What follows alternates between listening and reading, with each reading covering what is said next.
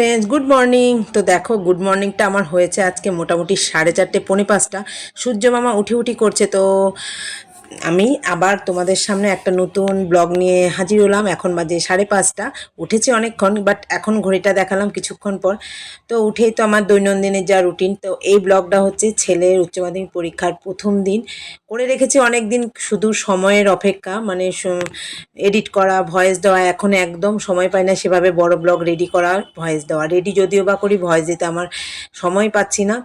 তো যাই হোক, রেডিমেডি করে তোমাদের সামনে নিয়ে আসলাম। আশা করি তোমাদের ভালো লাগবে। অনেক দিন পর আরেকটা ব্লগ নিয়ে আসলাম।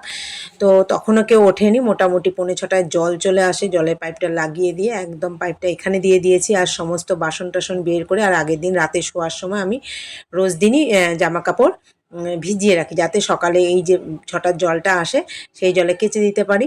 আর হালকা হালকা ঠান্ডাও ছিল, ওই জন্য পাতলা একটা স্টোল গায়ে দিয়েছিলাম। আশেপাশে কিন্তু অন্ধকার, তখনও কেউ ওঠেনি। আমি লাইট জ্বালিয়ে কাজটা করছি, দেখতেই পাচ্ছ।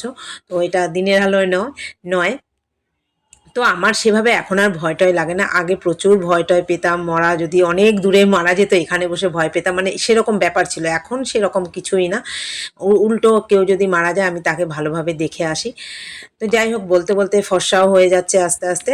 চলে এসলাম ছাদে। দেখো ছাদের পরিবেশটা, এখানে দেখেছো মসজিদ একদম শুনশান, যেহেতু ওদের রমজান মাস চলছে, একটাও বাচ্চা নেই। কয়েকজন বড়রা আছে, তারাই এখানে থাকে। তো সকালে চলে এসেছি একদম। সূর্যি মামা এখনো ওঠেনি, তখন বাজে বেলা 6টা। আর এখান দিয়ে ঝুলিয়ে মেলে দিলে না, সূর্যের আলোটা একদম ডিরেক্ট পড়ে, তো আমাকে জামা কাপড় আর উল্টাতেও হয় না। তো একবারে মেলে দিয়ে যায়, আবার 11:30 12টার সময় নিয়ে যায়। তো কাচতে যেমন টাইম লাগে, মেলতেও কিন্তু বেশ খানিকটা টাইম লাগে।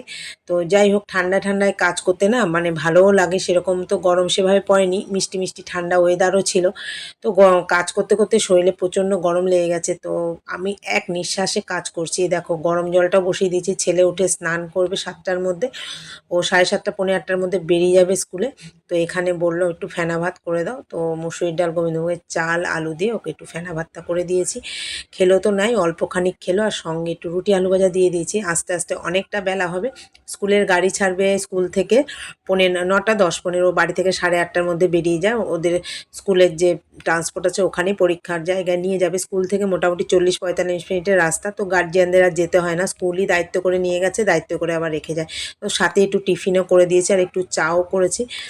তো যাই হোক, এক নিঃশ্বাসে কাজ করতে হয় আমাকে। সকালে এই যে 5:30 5টার সময় উঠি না, একদম 11টা পর্যন্ত চলে। ফাঁকে যদি যেদিন আমি সময় পাই সেদিন পুজোটাও সেরে ফেলি, নয়তো 11টার পর আমি পুজো দিতে যাই। তো ফাইনালি চাটাও হয়ে গেছে। তোমাদের দাদা ছেলেকে দুজনকে আগে চা করে দেবো। তো আমি বললাম চাটা একটু খা। এই যে, ওই যে বললাম যদি ফাঁকে পুজোর টাইম পাই পুজোটাও সেরে নিই। পুজো যদি সকাল সকাল না করতে পারি না, আমার মনটাও ভালো লাগে না। তো ওইদিকে পুজোটা সেরে টেরে চলে আসলাম একদম আলু ভাজা করতে। আর রুটি দিয়ে দেবো সাথে, ওই যে বললাম না। তো যাই হোক, চলো। আমি শুধু দৌড়াচ্ছি, শুধু দৌড়াচ্ছি, তোমরা দেখলেও হয়তো বুঝতে পারবে। তো ফাইনালি ও রেডিও হয়ে গেছে। একটুখানি ঘি দিয়ে ও বললো আমাকে একটু খাইয়ে দাও তাড়াতাড়ি করে। তো ওকে একটু খাইয়েও দিচ্ছি। এখনও তো 12 ক্লাসে পড়ে, এখনও স্কুল যাওয়ার সময় এখনও ওকে আমি খাইয়ে দিই, শুধু পরীক্ষার জন্য না। তো ও তো রেডি হয়ে গেছে, পাশে দিদিভাই শুয়ে আছে, কেননা অনেকটাই সকাল, মেয়ে একটু লেটে ওঠে। তো চলো, ছেলেকে একটু টাইটা বেঁধে দিচ্ছি। ও টাইটা বাঁধতে পারে, তবুও বলে মা একটু তাড়াতাড়ি বেঁধে দাও, তাহলে তাড়াতাড়ি হয়। তো ওকে খাইয়ে টাইয়ে একদম রেডি হয়ে এখন চলে আসলাম আবার রুটি করতে, ও নিয়ে যাবে।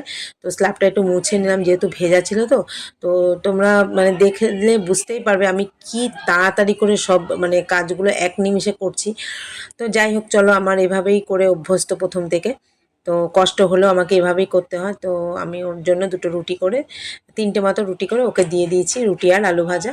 তো সেটাই পরীক্ষার পরে বাসে বসে বসে ও খেয়ে দিয়ে আসবে, ওই জন্য টিফিন বক্সে ভরেও দিলাম। তো এটা ছিল ছেলের উচ্চ মাধ্যমিকের প্রথম দিন, সেটাই তোমাদের সাথে শেয়ার করছি। তো ফাইনালি টিফিন গোছানো হয়ে গেছে, জলের বোতল দিয়ে দিয়েছি। আর ও উঠছে ঠাকুর ঘরে ঠাকুর প্রণাম করতে। ঠাকুর প্রণাম করে চলে এসে আর জুতোটাও পরিয়ে দিচ্ছি। এগুলো কিন্তু ও সব পারে, যেহেতু পরীক্ষার সময়। তো আর স্কুলে যাওয়ার সময় একটু ও হালকা আস্তে আস্তে করে, তো আমি একটু তাড়াতাড়ি করে দিই। তো যাই হোক, ফাইনালি জুতো পরাও হয়ে গেছে। আর টোটো কাকুকে বলে রেখেছিলাম, চলে গেল। আশা করি ব্লগটা তোমাদের ভালো লাগবে। তারপরে ও চলে যাওয়ার পর দুপুরে রান্নাগুলো করছে। এই যে লতি ডাঁটা দিয়ে মাছ যেটা হচ্ছে আমেরিকান রুই, মানে কেউ ব্যাটারি মাছও বলে। তো এটা মাথা দিয়ে ওই সজনে ডাঁটা, যে নরম ডাঁটা, আমরা যখন নরম থাকে আমরা লতি ডাঁটা বলি, কে কী বলো জানি না। আমি লতি ডাঁটা বলি। তো ওখানে মাছের মাথাও বসিয়ে দিয়েছি। কেন বলো তো? ওই যে বললাম সকাল ৫:45 ৫:৩০ থেকে একদম ১১টা পর্যন্ত, তারপরে আসলো মেয়ের পালা। ওরা খাবে টিফিন, প্লাস মেয়ে নিয়েও যাবে। আমাকে সব রান্না করে দিতে হয়। ও দুপুরে যেটা ও অফিসে যাবে, দুপুরে ভাত খাবে, তার জন্য মাছের ঝোল করে দিচ্ছি। সঙ্গে একটা তরকারি ছিল, এখন আপাতত মনে নেই, অনেক দিন আগে ছিল মানে ব্লগটা শ্যুট করা। ও এই যে ছিম আলু দিয়ে একটা সর্ষে বাটা দিয়ে একটা তরকারি, এটা খুবই ভালো লাগে। তো এটা ছিল হচ্ছে মাছের ঝোলের সাথে আরেকটা তরকারি। তো ২ উনানে বসিয়ে দিয়েছি, আমাকে 10:30টার মধ্যে কমপ্লিট করতে হয়। তারপরে ওর টিফিনটাও গুছিয়ে দিতে হয়। ফাঁকে তো অনেক কাজ থাকে। কোনো সময় ফুল আলা আসে, কোনো সময় ৯টায় জল আসে, সেটা দেখতে হয়। আবার দাদাভাই হয়তো কিছু চাইছে, সেখানে দৌড়ে যেতে হয়। মানে নাজেহাল অবস্থা। একটা হাউস ওয়াইফদের যা করে থাকে আর কি, সবাই করে থাকে, আমিও সেটাই করে থাকি। আমি তো নতুন নই, আমার মতো অনেক হাউস ওয়াইফরা আছে এরকম নাকে দম লাগিয়ে সকাল থেকে কাজ চলতে থাকে। তো যাই হোক, ফাইনালি এই যে সর্ষে বাটা দিয়ে আলু দিয়ে ছিম দিয়ে আমি এই তরকারিটা আমারও ভীষণ ভালো লাগে। ওটা শিম দিয়েই করলাম। আর একটু কাঁচা লঙ্কা চিড়ে দিলাম, খুব ভালো লাগে কাঁচা লঙ্কার ফ্লেভারটা। আর নামানোর আগে একটু ধনেপাতা দিয়েছি, গায়ে গায়ে রেখেছি, খুবই ভালো লাগে এই এটা। আর এখানে যে ওই যে সজনে ডাঁটা দিয়ে আলু দিয়ে মাছের ঝোলটাও হয়ে গেছে, আর এখানে ছিমটাও নামিয়ে নিচ্ছি। তো যাই হোক, চলো ফাইনালি আমার রান্নাটাও মোটামুটি শেষ হয়ে এসছে। এই যে ছিম আলুটা আমি করে নিয়েছি, আর এখানে মাছের ঝোলটা ফুটছে, মাছটাও দিয়ে দিয়েছি, এটাও নামিয়ে নেব। তো দেখতে যেমন সুন্দর হয়েছে, খেতেও কিন্তু খুব সুন্দর হয়েছে। এই যে ঝোলটা দেখছো না, যখন তোমরা ভাত দিয়ে মাখবে, দেখে মনে হচ্ছে কত গাঢ়, কিন্তু একদম জলের মতো পাতলা, খেতে কিন্তু খুব টেস্টি হয় এই ঝোলগুলো। তারপরে দেখো সাথে সাথে মেয়ের টিফিনও গোছাতে রেডি করে শুরু করে দিয়েছি। তারপর ওরা সবাই বেরিয়ে যাবে, তখন একটু আমি রেস্ট করি, ০.৫ ঘন্টা নিজের জন্য একটু সময় বের করি। তো চলো, একদম সকাল থেকে পুরো বেলা ১১টা পর্যন্ত কী করলাম তোমাদের সাথে সবটাই শেয়ার করলাম। আশা করি ব্লগটা তোমাদের ভালো লাগবে। অনেকদিন পর হলেও তোমরা প্লিজ দেখো, কমেন্ট করো। আর সাথে মেয়েও টিফিন নিয়ে বেরিয়ে গেল। আমি বললাম ছাতা নিয়েছিস? বললো হ্যাঁ নিয়েছি। তো আবার কি যেন একটা বললো আমাকে। তো যাই হোক, চলো মেয়েও চলে গেল। তারপর সোজা চলে আসলাম, আমি ঘরে চলে আসলাম। আর সন্ধ্যাবেলা একটু বেরিয়েছিলাম আমি আর মেয়ে, গেছিলাম একটু মার্কেটে। তো চলো, হালকা হালকা ঠান্ডাও ছিল, এই জন্য চাদরটাও গায়ে দিয়ে নিয়েছি।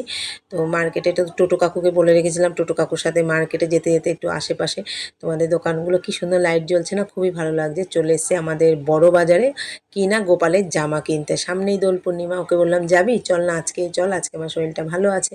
তো ২ রকমেরই জামা কিনেছি গোপালের জন্য। এই যে কটনের একরকম কিনেছি, আর একটা একটু ভালো কিনেছি, দোল পূর্ণিমায় পরাবো বলে। তো যাই হোক, আশা করি ভালো লেগেছে। তো লাইক, কমেন্ট, শেয়ার করো। আজকের মতো টাটা।